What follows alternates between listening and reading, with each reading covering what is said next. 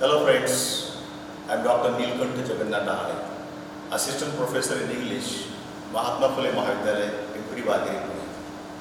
Today, I would like to share with you my views on Aristotle's theory of imitation. This is one of the initial topics from your English special course number 4, Introduction to Literary Criticism. Let us today see what exactly is that. This first image will explain you.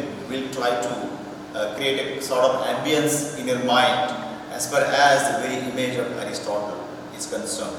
How Aristotle was just looking like that, and all that. Here you can go to this link given below and can again have some other descriptions about Aristotle as well. This is how the very famous, well-known, universally acclaimed, universally accepted, universally received text by Aristotle, Poetics, is concerned, how it was looking like. On the right of the slide is the exact text of Poetics by Aristotle, and here on the left, the very first page, now today available in the printed form. Let us straight away now go to the topic that we have planned to discuss today. It is Aristotle's theory of criticism. Now, we just cannot forget the name of Plato while studying on or discussing on Aristotle's theory of imitation as such. Plato used the term mimesis. Into English, it is imitation for the first time. His example of a painter is well known. He said that a painter first saw nature and then created its copy on the canvas. Another example on the same line, when a carpenter makes a chair, it is a copy of the idea of chair in his mind. Here, the very thought explored by Plato rests on. See, the painter, that when Plato says that a painter first saw the nature and then created his copy on the canvas. In this way, the nature itself is the original thing in the view of Plato.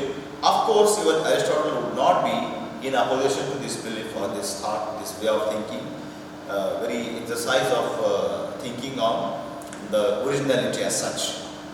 Second point is that Plato was of the view that world had been created from an idea.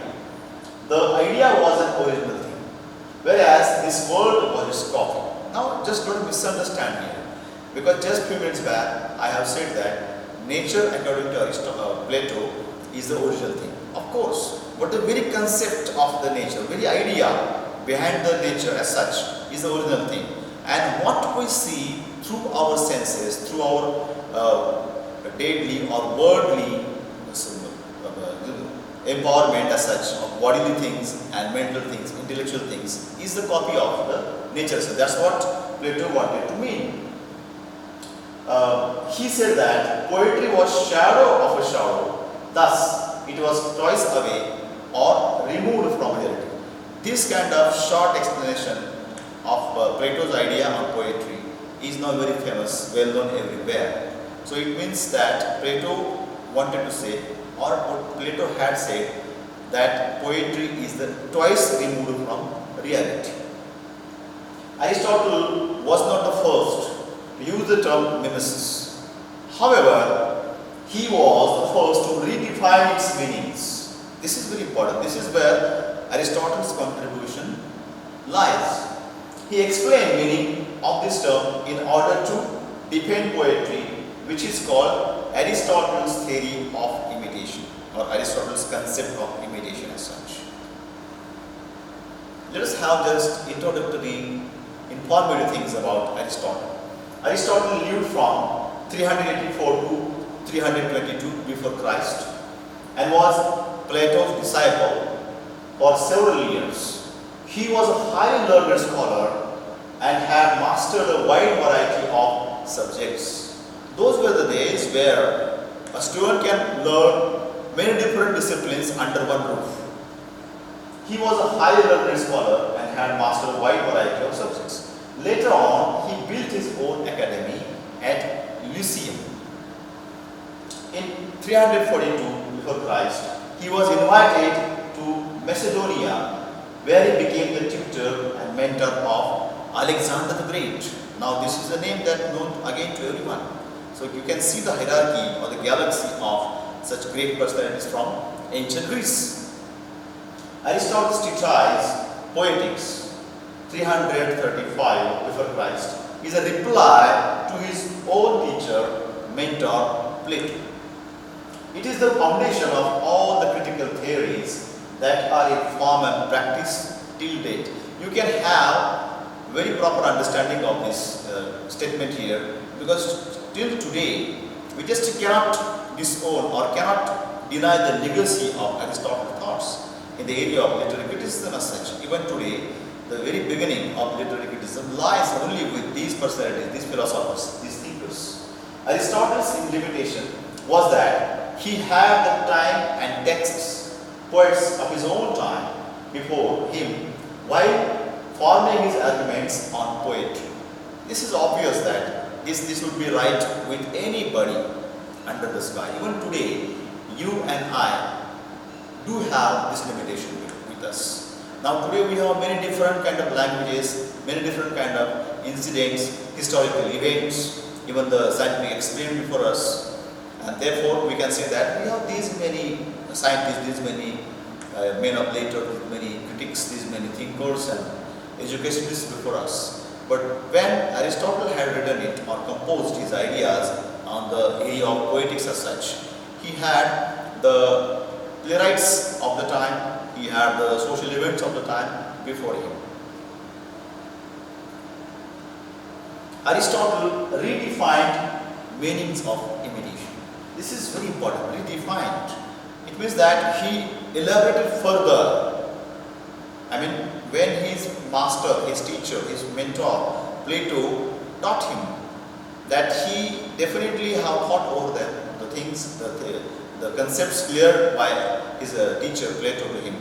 But he later on thought over them and then inferred different layers of meanings, layers of creative meanings out of the idea or the concept of imitation as such. He agreed that the world was created from an idea. Yes, he absolutely agreed with his master, his teacher, Plato. And the world was its copy. Of course, the second aspect that he did not deny or nowhere disagreed with his teacher, Plato. He also agreed that a poet imitated the reality, nature, but meaning of the term mimesis did not mean mere copy or mere copying. That was where Aristotle differed from his teacher, Plato. He did not consider poetry tossed away or removed from reality. This is where the very basic, the crucial, nuclear contribution by Aristotle lied in. According to Aristotle, imitation is a creative process. This is very important. He argued that it is not merely copying, it is a creative process. He thinks poetry with music instead of painting. When Plato compared poetry with painting, here Aristotle compared it with music. So you can even have your own thinking on this particular difference there. He says that poetry is pleasant, just like a flute sound. It shows, he associates or compares poetry with the harmony flute creates. Further, he says, it is not right to compare poets with painters and poetry with painting. This is, I think, a very important aspect that when to understand, to get Aristotle on poetry, we understand that he compares it with music. Music creates sounds. Music is a melodious thing, and even poetry, likewise, very melodious. The words, the poets, or even the stones of poetry can listen the sound of. That is where the difference between Plato and Aristotle lies. In Aristotle's view, a poet does not present things as they appear, but bestows them his imagination. Now see that imagination cannot be bestowed only or associated, attributed with romantic literary criticism as such. It it was the days of these ancient Greek poets and thinkers, and the very sort of creative thinkers on the area, that where you understand the beginning of imagination as well. Hence, poetry is not the process of seeing things and simply converting it to words. A poet reinvents things with his imagination and experiences. Now the two concepts, the two terms have come here in imagination and experiences.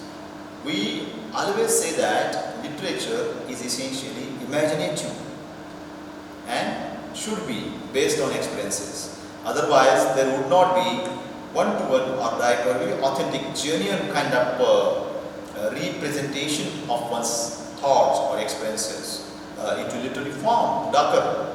That's what we go by today in the 21st world. So you can have a very clear idea that see the very clutches, the very linking about these modern, postmodern things can be there scenes, very scenes from ancient Greece as such. There are three modes of imitation in the eyes of Aristotle. When you try to understand Aristotle's concept of the theory of imitation, you just cannot forget these steps. There are three modes of imitation in the eyes of Aristotle: tragedy, comedy, and epic poetry. In tragedy and epic poetry, manner of poet is action. Just concentrate on the term action. Whereas in the remaining one, that is comedy, is manner is the narrative. So action is important. Action means not the meaning that we get in ordinary sense. Action means the human act of every kind, right from his or her birth under the sky. And then again, the very action or the very movement that human beings make do carry or is pregnant with its own different kind of facets, different kind of aspects to it. Not only the way of thinking, but even the act, the physical act accordingly as well. Now here, Aristotle's concept theory of imitation emphasizes on main in action. So this phrase is again very important, very beautiful. Even Butcher has coined this his phrase in his argument. Main in action means again the same thing, that human beings right from their birth till the last breath, their death, that whatever they do, the way they think, the way they behave, the decisions they make, the religious or social beliefs they keep at their bosom and everything. And creative writer, a poet, does imitate or think of that or imagination, his imagination on that particular in his own creative process as such. Tragedy presents men better than they are, but comedy presents them worse. This was the very distinction made by the time also. I mean the time of ancient Greece as well. Aristotle could not be the exception to it. Now today we could have more different views or ideas about this. We would not be in position to make this kind of statement today. However, purpose remains the same, that is to imitate things with the power of imagination. Again the repetition of the term imitation is there. Aristotle's concept, theory of imitation, shows poetry as a creative process which requires high imaginative powers. Now, some may have objection to the word powers, but we should not misunderstand the term. Powers mean the very innate or any inbuilt qualities, instinctive qualities in human being as far as the imaginative creative process is concerned. Hence, it cannot be called duplicating things. It is a process of creating something astonishing from ordinary things with the help of strong vision. I think I have intentionally made this line of this sentence bold in this slide, because here it is making things astonishing, recreating, reproducing from or out of ordinary things with the help of strong vision. So the poet must have his or her own vision in his mind and must have that highest quality of recreative process, is visionary things that he is pouring into the ordinary experiences, ordinary happenings around us, the human happening essentially again. A poet hence, through imitation, brings things closer to reality instead of taking them twice away from reality. And here, Aristotle had given more importance to poets than philosophers, where Plato had more status in his mind for philosophers than to writers, poets as such.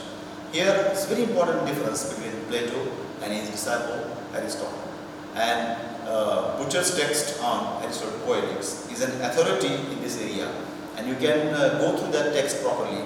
And again, there are some other texts also that you would enjoy them if you want to master this area.